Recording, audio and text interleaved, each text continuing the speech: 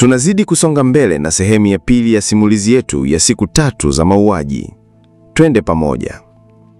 Saa 12 alfajiri, Pierre alikuwa tayari ameketi mbele ya meza kubwa ndani ya kituo cha siri cha upelelezi pale Oyster Bay.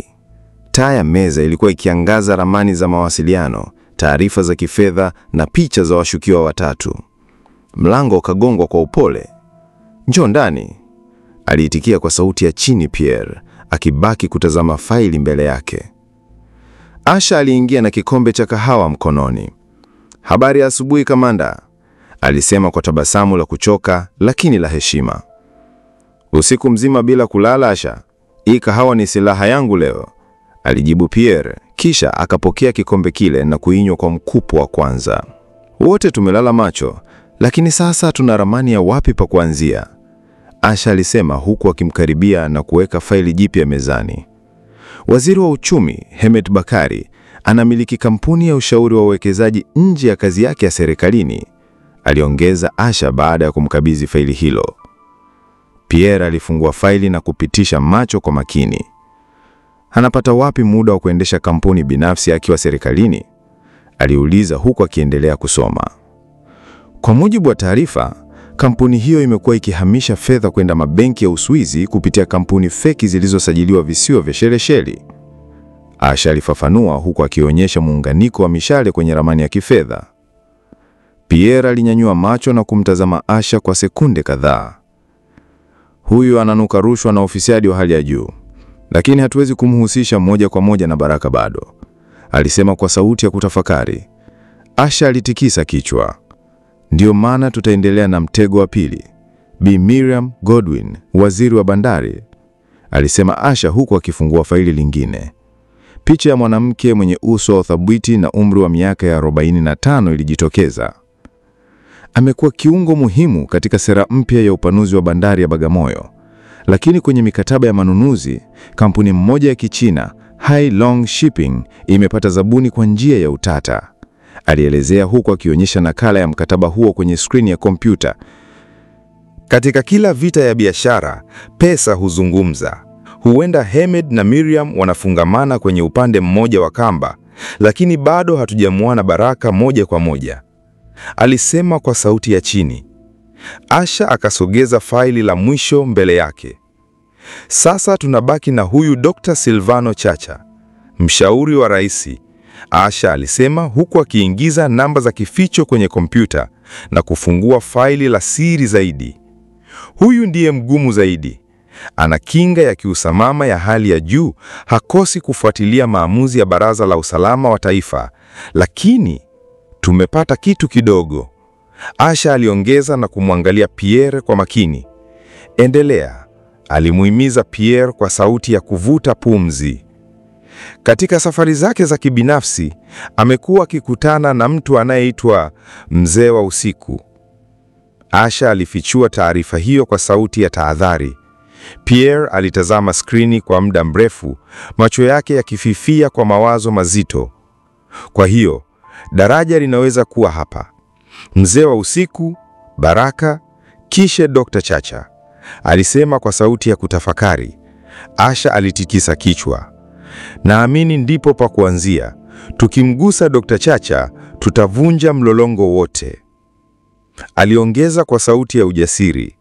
Pierre alinyanyuka kutoka kwenye kiti chake. "Tunaanzaje kumkaribia mtu wa aina yake?" aliuliza huku akitembea taratibu kuelekea dirishani. Asha alimfuata taratibu. "Anapenda kuendesha matembezi ya asubuhi, mwendo wa kilomita 5 kila siku maeneo ya Kawe Beach. Huenda tukapata nafasi ya kwanza hapo," alisema kwa sauti ya chini. Pierre alitazama nje ya dirisha, bahari ikionekana kwa mbali, mawimbi madogo yakigongana taratibu na mwamba. "Hii ni vita ya akili Asha. Hatutatumia risasi kwa sasa.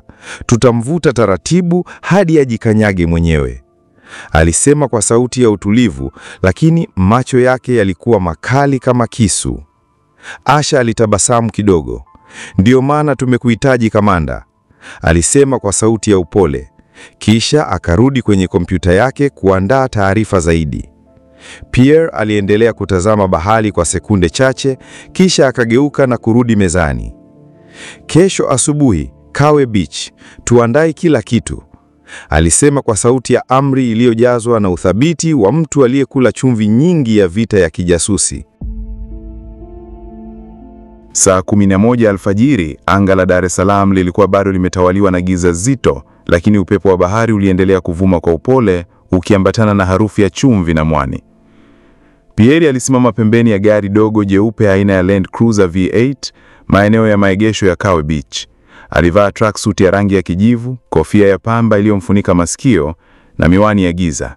Mikono yake ilikuwa mifukoni, akitazama bahari iliyokuwa kimya, kana kwamba nayo ilikuwa ikisikiliza mpango wao. Asha alikuwa ndani ya gari akiangalia skrini ndogo ya tablet, akisoma ishara za GPS. Anatoka sasa kwenye makazi yake, dakika 12 atakuwa hapa, alisema Asha kwa sauti ya utulivu baada ya kuthibitisha ishara za GPS za Dr. Chacha. Pierre alitikisa kichwa taratibu. Maandalizi yako vipi upande wa pili wa mtego? Aliuliza akimtazama Asha kwa jicho la pembeni. Kuna joga wawili wetu wameshajipanga njiani na daktari wetu yuko standby endapo kutatokea dharura yoyote, Asha alijibu kwa sauti ya uhakika. Pierre alinyanyua macho kutazama anga la giza lilioanza kupambazuka, kisha akavuta pumzi ndefu. Leo tunaanza kumvunja, alisema kwa sauti ya chini lakini thabiti. Dakika 12 baadaye, gari la kifahari aina ya BMW X6 lilifika eneo la maegesho. Mlango wa nyumba ukafunguliwa. Dr. Silvano Chacha akatoka taratibu. Alivaa tracksuit nyeusi na kofia nyepesi ya rangi ya bluu. Aliambatana na walinzi wawili waliovaa kiraia waliokuwa wakitembea hatua chache nyuma yake. Target yuko hewani, Asha alithibitisha kupitia spika ndogo ya sikioni mwa Pierre. Pierre alianza kutembea kwa mwendo wa kawaida, akijichanganya na wakimbiaji wengine waliokuwa wakianza mazoezi ya asubuhi. Alihakikisha anadhibiti mapigo yake ya moyo kama mkongo wa operation. Dr. Chacha alipoanza kupunguza mwendo wa kukimbia, Pierre alipunguza kasi kwa makusudi, akasogea upande wa kushoto wa barabara ya mchanga, takribani mita 5 kutoka kwa Dr. Chacha. Baada ya hatua chache, Pierre alijifanya kugeuka ghafla, kana kwamba amemwona mtu wa zamani. Dr. Chacha, alimuita kwa sauti ya mshangao wa kirafiki. Dr. Chacha alisimama, akageuka na kumtazama Pierre kwa makini, macho yake akiwa na tafakari ya haraka kama anamtambua au la. Naam, wewe nani tena? Alijibu kwa sauti ya tahadhari lakini yenye utulivu. Samahani sana, jina langu ni Daudi Mshana. Nilikuwa mmoja wa wanafunzi waliowahi kuhudhuria warsha zako za uchumi pale chuo kikuu cha Dar es Salaam miaka kama 5 iliyopita. Huwezi kukumbuka uso huu? Alisema huku akitabasamu, akicheza na taswira ya kirafiki. Dr. Chacha alichukua sekunde chache, akionekana kukagua kumbukumbu zake. Chuo kikuu. Ndio, nafikiri. Uso si mgeni kabisa. Samahani, mimi huwa na waliko wengi. Alijibu huku akijifanya kukumbuka kwa mbali. Hakuna tatizo kabisa mzee wangu. Nilivyosikia unapenda mazoezi ya asubuhi, nikasema ni nafasi nzuri sana kuja nikasalimie iwapo nitakuona hapa. Maana siku hizi kukuona kwenye vipindi vya uchumi ni kazi kweli, alisema Pierre kwa sauti ya urafiki wa kawaida, akiendelea kujenga mazingira ya mazungumzo ya kawaida. Dr. Chacha alitabasamu kwa unyonge kidogo.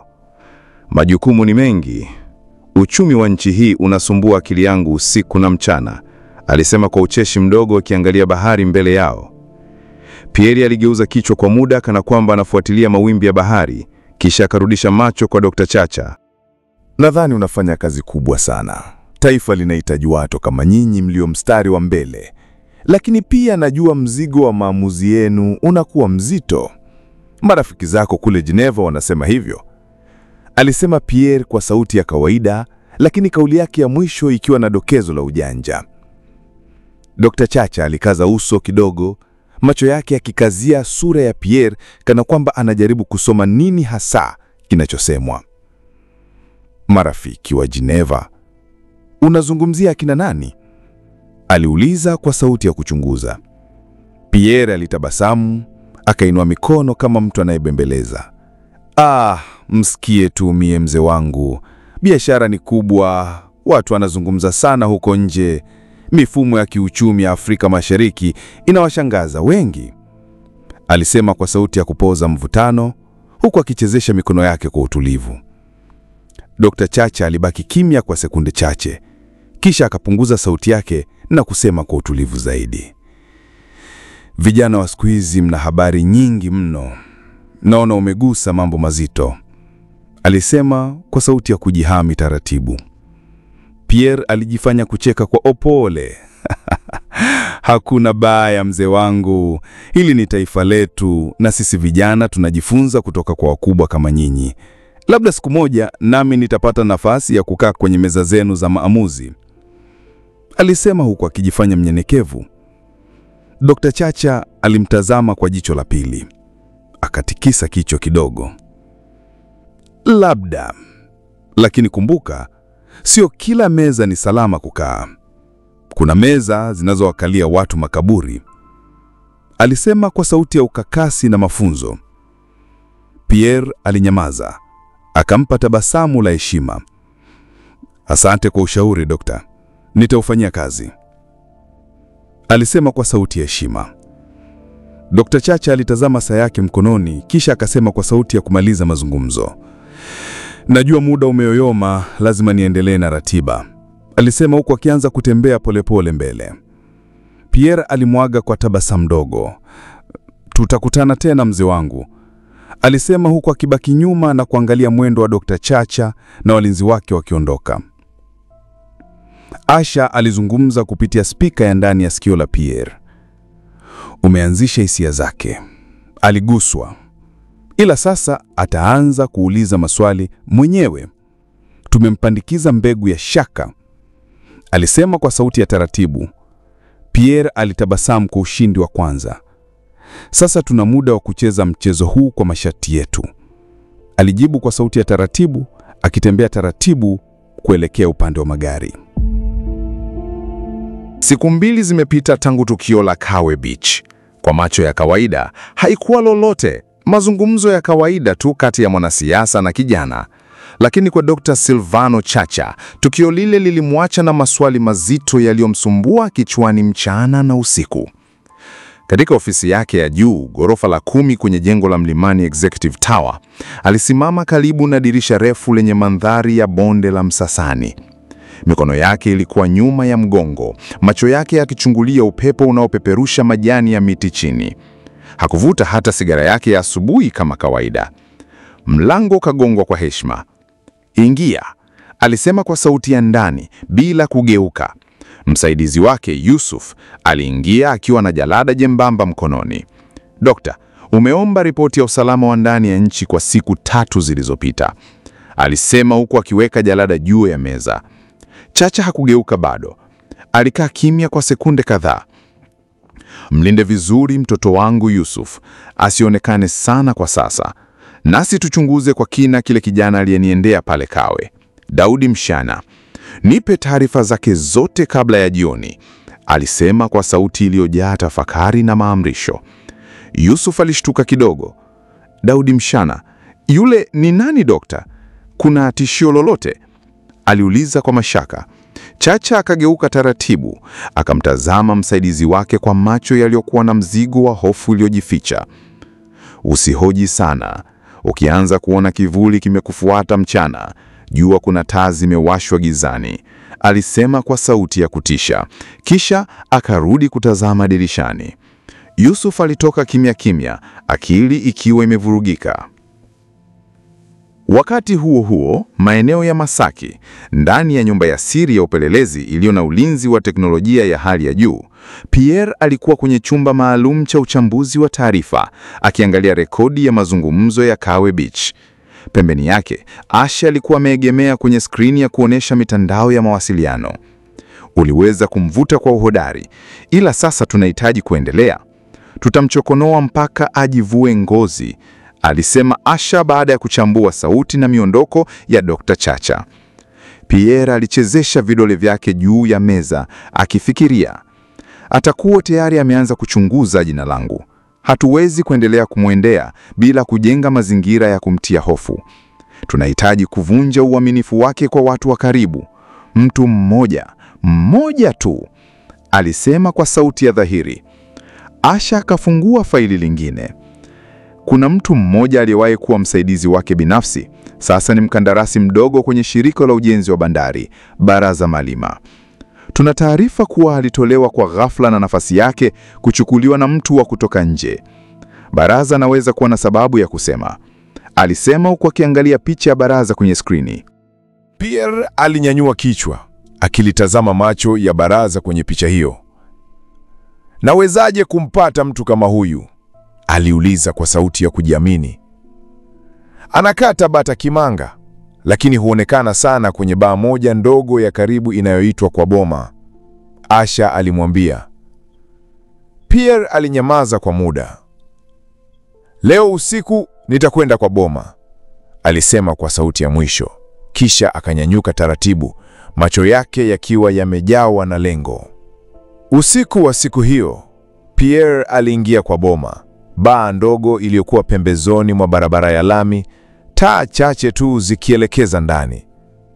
Muziki wa taratibu wa taarab ulisikika na harufu ya nyama choma ilichanganyika na moshi wa sigara.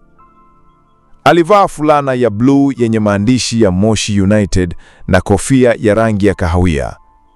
Aliagiza soda na kuichukua taratibu, akitembea kuzunguka kana kwamba anatafuta meza ya kukaa. Baraza alikuwa upande wa pili wa baa, akinywa Serengeti bila glasi. Suruali yake ya jeans ilikuwa imechoka na t-shirt yake ya zamani ilionyesha mtu aliyeachwa na dunia. Pierre alisogea polepole, akakaa kiti cha pembeni. Baraza Malima, si ndio jina lako? Alisema kwa sauti ya taratibu, isiyo ya vitisho. Baraza aligeuka kwa hasira ya ghafla. Wewe nani? Unanitambua vipi? Aliuliza kwa sauti ya mshangao. Sitaki kukuumiza, sitaki hata kukusumbua. Nataka ukweli mmoja tu. Dr. Chacha anakuficha nini? Kwa nini alikutema? Alisema Pierre kwa sauti ya utulivu, lakini macho yake yalionyesha hakuwa na muda wa michezo. Baraza alinyamaza kwa muda, akinywa kwa mkupu chupa yake ya bia, halafu akainua macho yake.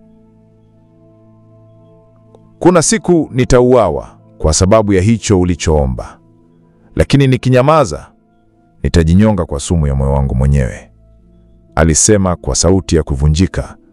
Niambie, nitakulinda, alisema kwa sauti ya chini.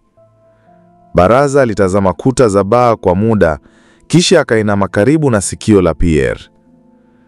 Chacha ni daraja, lakini nyuma yake kuna jina unaloogopa kulitaja hata kwa ndoto zako. Baraka hayupo mbali, yupo, lakini si mtu, ni mfumo. Ukimgusa mmoja, wanachipuka wengine, alisema kwa sauti ya chini kama mnyemelezi wa kificho. Pierre alipiga funda dogo la soda yake. Hapo ndipo tunapoanzia, alisema kwa sauti ya mwisho, akinyanyuka taratibu, macho yake akimsepa na baraza kwa makini. Siku iliyofuata ikiwa na jua la moto na anga lenye mawingu yaliyofunika sura ya jiji la Dar es Salaam. Gari jeupe aina ya Prado lilikuwa likielekea upande wa Mbezi Beach, ndani yake akiwa Pierre na Asha. Safari yao haikuwa ya kawaida. Ilikuwa safari ya kuanzia kule alikoishia Baraza Malima, kuvua gamba la mfumo unaomzunguka Dr. Chacha na kumfikisha kwenye kilele cha uhalifu wa kimataifa. Asha alikuwa akipitia mafaili ndani ya laptop yake, macho yakiwa makini, lakini tabasamu lake likififia kadri alivyopiga ukurasa hadi ukurasa. Baraza ametupatia jina moja la msingi. Bwana mmoja anaitwa Faidhan Kalembo, mratibu wa zabuni za usafirishaji wa mafuta kupitia bandari ya Mtwara. Jina lake halionekani popote rasmi, lakini ndiye anayesimamia kila mzunguko wa fedha chafu za Baraka, alisema Asha kwa sauti ya utulivu. Pia alitazama nje ya gari, macho yake yakikwea juu kwenye mabango yaliyotundikwa barabarani. Kwa hiyo, huyu ndiye pengo la mfumo? Tukimtoa yeye tunagonga msingi? Aliuliza bila kugeuka. Hapana, tunatoa tofali moja tu, lakini tofali hilo linafungua mlango wa chini ya ardhi, eneo ambalo si kila mtu anathubutu kuingia, alijibu kwa umakini, akifunga laptop taratibu. Pia alinyamaza kwa sekunde chache, kisha akavuta pumzi ndefu. Kesho usiku tutamfikia, lakini leo nataka kufanya kitu kingine. Nataka kuonana na Catherine, alisema kwa sauti ya polepole sana, karibu na ya huzuni. Asha alimtazama kwa jicho la mshangao. Una uhakika huo ni wakati sahihi pia? Unajua bado hajijui kuwa wewe... Alikata kauli haraka, akishindwa kuendelea. Anapaswa kujua. Hata kama hataniamini, siwezi kumaliza siku yangu ya mwisho nikijificha nyuma ya kivuli cha mzazi asiyejulikana. Alijibu kwa sauti ya dhahiri, lakini imebeba uzito wa maumivu. Wakati huo huo, maeneo ya Oyster Bay, Catherine Daudi alikuwa ameketi kwenye bustani ya shule ya kimataifa anayofundisha.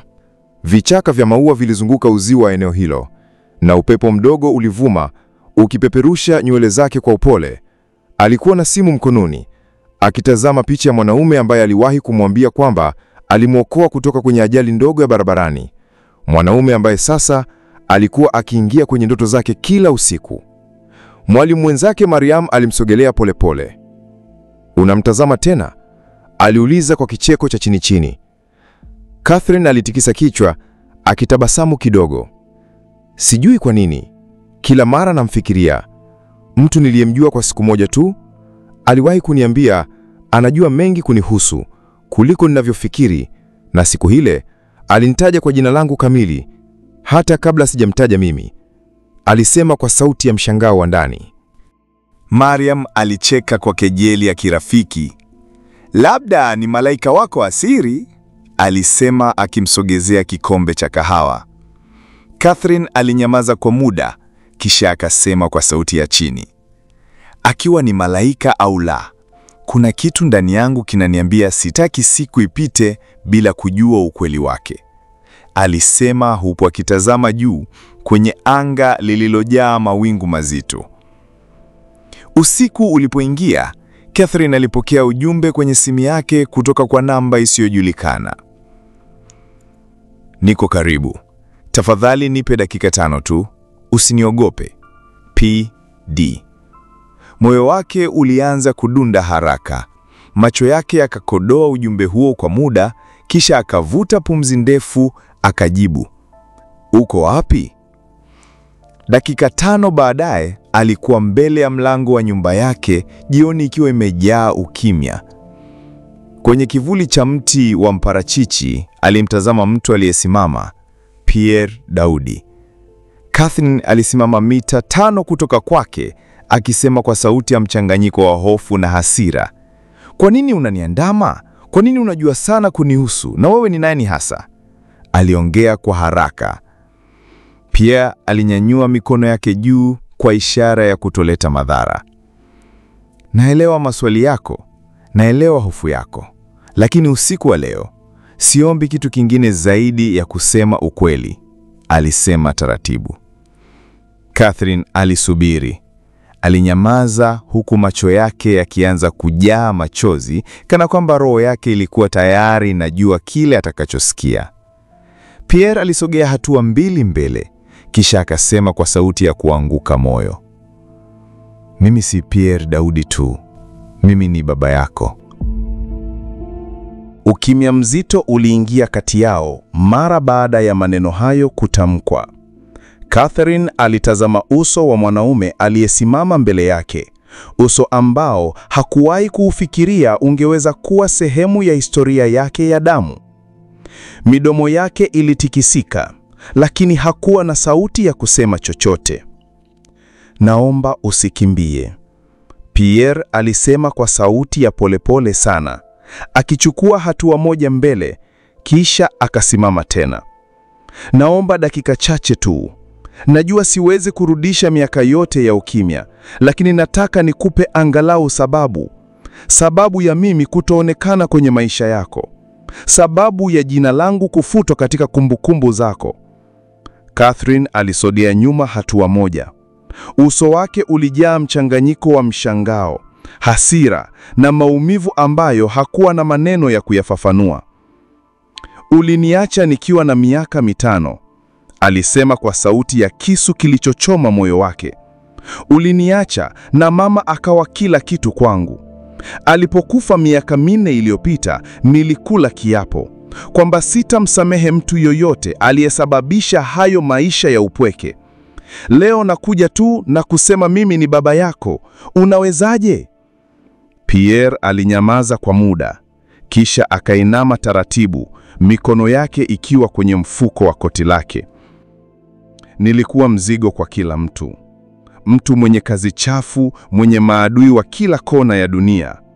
Wakati huo nilipewa chaguo la kuendelea kuwa mzazi na kuifanya familia iwe kivuli changu, au kutoweka kabisa na kuwalinda kwa kuwasahau. Nilichagua kuwalinda, alisema kwa sauti ya ndani yenye uzito wa miaka mingi. Ulinilinda kwa kunikataa? Catherine alijibu, machozi yakimtiririka sasa. Nilikuwa na ndoto zako baba. Nilikuwa na picha zako nilizoiba kwenye kabati ya mama. Nilikuwa na swali moja ambalo kila siku lilinifanya niwe mnyonge mbele ya dunia. Kwa nini aliniacha? Pierre alichukua bahasha ndogo ndani ya koti lake, akamkabidhi kwa heshima. Hii ni barua niliyomwandikia mama yako miaka mingi iliyopita, lakini haikuwahi kufika. Ilinaswa. Katika barua hiyo kuna kila kitu, ukweli wote, maamuzi yangu, mapambano yangu, na jina la adui ambaye sasa nataka nimuondoe kabla ya kuondoka kabisa duniani, alisema, sauti yake ikiwa dhaifu kidogo. Catherine alichukua barua hiyo, akaiangalia kwa mikono inayotetemeka. Hakufungua, aliishika tu kifuani. Unasema kuondoka, unamaanisha nini? Aliuliza kwa taharuki. Pierre alitazama upande wa pili wa mtaa, kisha akamrudia kwa macho yaliyokuwa na upendo wa kweli, ule wa baba wa kweli. Nina muda mchache sana, si wa kufa, bali wa kuishi bila kuwa mtu anayesakwa. Nipo kwenye mishoni ya mwisho. Baada ya hapo, kama nitaishi, nitaomba msamaha rasmi. Kama sitarudi, basi barua hiyo itakuwa kumbukumbu yangu kwako, alisema kwa sauti ya mwisho, kisha akageuka taratibu kuondoka. Catherine alitaka kusema kitu, lakini midomo yake ilikuwa mizito. Moyo wake ulitaka kumpigia kelele, lakini sauti haikutoka. Aliangalia tu mgongo wa mwanaume huyo aliyeondoka kwenye kivuli cha miti na mwisho kutoweka kabisa mbele ya macho yake.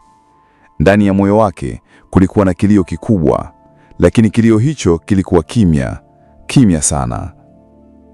Je, Catherine ameyapokeaje maneno haya? Atamsamehe baba yake aliyemtelekeza akiwa na umri wa miaka 5? Vipi mishoni ya kumkamata mkali? Majibu yako kwenye sehemu ya 3. Tukutane katika sehemu ya 3. Simulizi hii imeandikwa na Eric Saulo na kuletwa kwako na Saulo Simulizi. Usisahau kulike, kushare na kusubscribe. Asante.